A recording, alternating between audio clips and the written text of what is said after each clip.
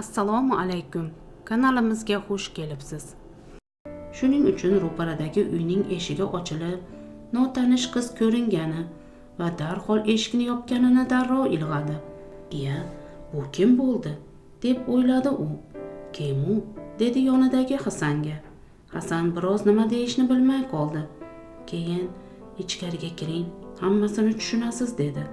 Hayron bo'lgan Sayfiddin uyga qarab yurdi. Shu payt xona eshigi yana ochildi. Boyagi notanish qiz Sobira xolani yetaklab chiqayotgandi. U Sayfiddinni yaqin kelib qolganini ko'rib, negadir Sobira xolaning qulog'iga engashib pichirladi. Buni eshitgan Sobira xola ro'parasiga tikilib qaradi. So'ng nimadir demoqchi bo'lib chog'landi-yu, ammo gapira olmadi. Uning ko'rinishidan, "Ha, noshukur bola, keldingmi?" demoqchi bo'lganini payqash qiyin emasdi. Sayfiddin buni tushunib, bir lahza to'xtab qoldi. Onasining egnidagi kiyimlari toza, yaxshi ko'rinishda bo'lsa-da, tashqi ko'rinishi ancha o'zgarib ketibdi. Sochlari qordek oqargan, hamon semiz bo'lsa-da, yuzlari salqilashgan, ilgari qotma ko'rinadigan gavdasi ham osilib qolgandi. Hali 55 ga ham kirmagan onasini tanimagan odam ko'rsa, 60 dan oshgan deyishi shubhasiz. Sayfiddin xayolida "Onamni men qaritdim" deb yuragini bir g'ijimlab qo'ydi. Keyin "Assalom onajon" dedi o'zinikiga o'xshamagan qaltiroq ovozda. Sobira xola indamay jim turdi. "Men keldim, oyi." Sayfiddin onasiga yaqinlashdi. Sobira xola hamon churq etmasdi. "Ona, meni kechiring" dedi Sayfiddin yana o'zinikiga o'xshamagan ovozda. Bu so'zni eshitgan Hasan ajablandi. "Iya, sal bo'lsa ham odamgarchilik paydo bo'libdimi bunda?" deb o'yladi u. Chunki Sayfiddinni shu yoshgacha hali biron kimsadan kechirim so'raganini eshitmagandi. "Onajon, nega indamaysiz? Mendan xafaligingizni bilaman. Iltimos kechiring." Sobira xoladan 2 qadam narida turgan Sayfiddin onasi gapiga javob qaytarmagani uchun yaqinlasha olmayotgandi. Yana bir lahza sukunat bo'lib qoldi. "Ha, nomard, quloqsiz bola, keldingmi?" Sukunatda Sobira xolaning ohista aytgan bu gapi Sayfiddinning nazarida xuddi momaqaldiroq gumburlagandek tuyuldi. U javob qaytarishga chog'landi. Shu payt Sobira xola qo'lini uzatib, havoni paypaslay boshladi. "Iya, onam ko'rmayapti." Xayolida yangragan bu fikrdan Sayfiddinni yashin urgandek bo'ldi. U qaltirab onasiga yaqin bordi. Ro'parasidagi harakatni sezgan Sobira xola yana qo'lini oldinga uzatdi. Havoni paypaslab o'g'lining yuzini topdi. "Bolajonim." Sekingina aytilgan bu so'zni eshitgan Sayfiddin yig'lab yubordi. Onasini quchoqlab yuzidan o'pdi. "Onajon, meni kechiring." Orqaroqda turgan Hasanning ham ko'ngli buzilib, ko'ziga yosh keldi. U shartta yuzini teskari burib ko'z yoshini artdi. Yolg'iz o'g'lining kuyugida ko'r bo'lib qolgan onaning ahvoliga uning yuragi ezilib ketgandi. Eshikda indamay turgan notanish qizning ko'rinishidan uning ham ichi achishib ketayotganini anglash qiyin emasdi. "Assalomu alaykum kelinoyi", dedi birdan Hasan. Salomlashish endi uning esiga tushgandi. "Mana, akamni olib keldim. Mayli, endi men boray. Bo'pti Sayfiddin aka, yana gaplasharmiz." Sayfiddin unga burildi. "Ey, shoshma, qayerga borasan?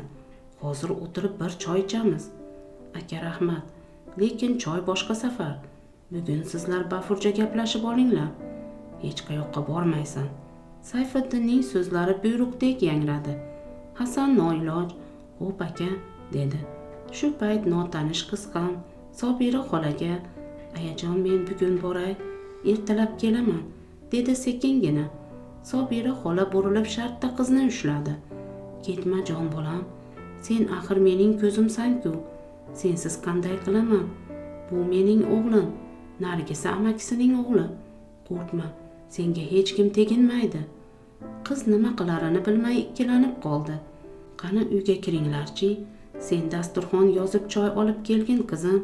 Onasining gapidan so'ng Sayfiddin notanish qizga boshdan oyoq razm soldi. O'rta bo'yli, qoracharoq bo'lsa-da, qoshu ko'zi o'ta chiroyli, tim qora sochlari belidan pastga tushgan bu qizdan ko'zini uzolmay qoldi. Uning qarashidan o'zini noqulay his qilgan qiz, "Xo'p bo'ladi ayajon", dedi-da tez ichkariga kirib ketdi. "Ona, bu qiz kim?"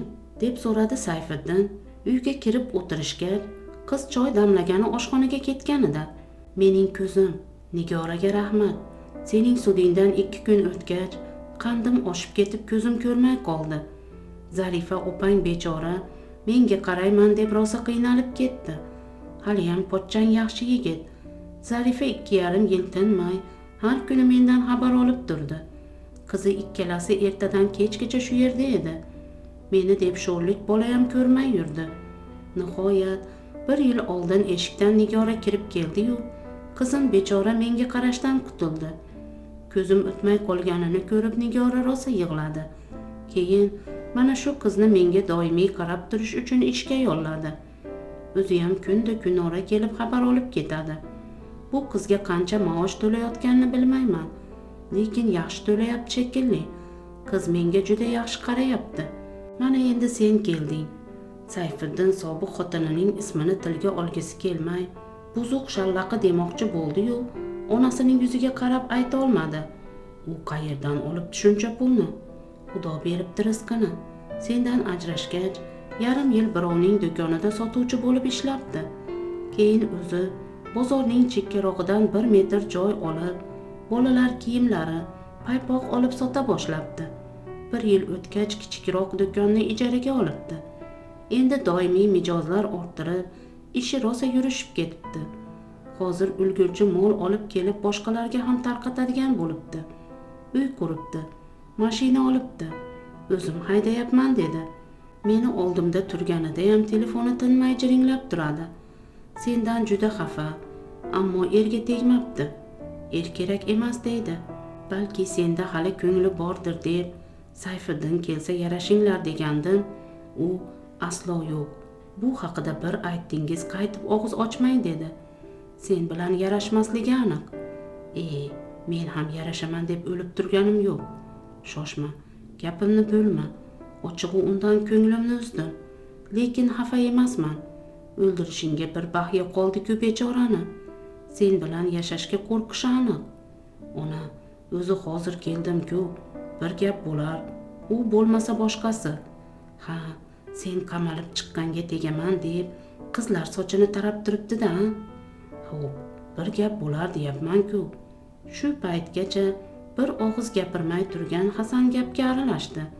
Kelinoyi, akam bugun keldi-ku. 2-3 kun o'tsin, ishga kirib olsalar, uylanish muammo bo'lmaydi. Ko'r kampirga qaraydigan mard kelin topilarmikin? Qariyalar uyga eltib tashla onangni deb qolsa-chi? Ona, shu gapni aytadiganini onasini Uchqo'rg'ondan ko'rsataman. Ha, ko'rsatasan, keyin yana qamoqqa ketasan. O'ligimga ham ega bo'ladigan odam qolmaydi. Senga bir gapni aytmoqchiman. Shu payt boyagi qiz choy ko'tarib keldi. Uning qadam tovushini anglagan Sobira xola jim bo'ldi. Qiz choyni qo'ygach, "Qizim, biron ovqat pishirib kelgin", dedi. Qiz "Xo'p bo'ladi ayajon" deb xonadan chiqib ketdi. Uning qadam tovushi uzoqlashgach, Sobira xola, "Xo'sh, mana shu qizga nima deysan?" dedi. Sayfiddin dovdirab qoldi. Qiz uning jigaridan urishga ulgurgandi. "Chiroyli qiz ekan", dedi u duduqlanib. Lekin, hamma gap ana shu lekinida-da. Yuzini o'zim ko'rmagan bo'lsam-da, Nigora uni juda chiroyli qiz deydi. Yurish-turishi hamda muomalasidan chinakam go'zal qizga o'xshaydi. O'zi o'ta aqlli, odobli, fahm-farosatli qiz. Shu qizga yalinib yolvorsak senga tegarmikan? Shunday yaxshi, shunday mehribonki asti qo'yaverasan. Menga kecha-yu kunduz parvona. Shunaqangi shirin ovqatlar pishiradiki yeb to'ymaysan. Meni haftada 2 marta cho'miltirib qo'yadi. Bir joyda o'tiraversangiz, qoningiz aylanmay yurolmay qolasiz deb ko'chalarga yetaklab sayr qildirib keladi. Uyga qaytgach charchab qoldingiz deb oyoqlarimni uqalab qo'yadi. Qayerlik ekan o'zi? Qo'shni qishloqdan ekan. Nigoraga ishga oling deb yalinib boribdi. ota-onasi o'smirligida o'lib ketishgan ekan. Ikkita akasining qo'lida qolgan bechora qizni yangalari cho'ridek ishlatarkan. O'zlarining eski kiyimlarini berib, shuni ham rosa minnat qilisharkan. Uydagi hamma ro'zg'or ishi uning zimmasida ekan-u, bechoraga nonni ham o'lchab berisharkan. Bu yerga ishga kelganidan bir hafta o'tgach, akasi bilan yangasi kelib, uyga bormasang o'ldiramiz deb do'q urishayotganda, bechoraning baxtiga Nigora kelib qoldi. Ularning gapini eshitgach, shartta militsiyaga qo'ng'iroq qilib chaqirdi. Er-xotin ikkalasi avvaliga "Sen kimsan o'zi?" deb baqirishayotganda, militsiya kelgach, qo'rqib pasayib qolishdi. Nigora ularga "Agar yana shu yerga qadam bossalaring, ikkalangni sudga berib qamataman" deganda, qo'rqib ketishdi shekilli, indamay jo'nab qolishdi. Shu bilan qaytib kelishmadi. Lekin u qiz bola, katta to'y qilib uylanishing kerak. Shuning uchun ertagayoq ish topasan. Hali seni shu qo'rs fe'lingni bilsa tegarmikan? Nima bo'lganda ham men unga yalinib yolvorib ko'ndiraman. Ammo hozirdan aytib qo'yay, agar qiz rozi bo'lib tegsa-yu, sen uni yomon gapirib xafa qilsang yoki chertsang, sendan aslo rozi emasman. Tushundingmi? Bir og'iz yomon gapirmaysan. Qancha alaming, zahring oshib ketsa ham, og'zingni yumib jim o'tirasan. Aks holda bergan sutimga rozi bo'lmayman. Sayfiddin jim turib qoldi. Ancha vaqtdan so'ng sukunatni Hasanning tomoq qilgan ovozi buzdi. Sobira xola, "Xo'sh, nega gung bo'lib qolding? Gapir, eshitayin ichingdagini" dedi. Yerga qarab qolgan Sayfiddin boshini ko'tardi. "Xo'p, onajon," u sekingina gapirgan bo'lsa-da, yurakdan chiqarib aytganini anglash qiyin emasdi. "Ona," dedi u birdan. "Ismi nima o'zi uni?"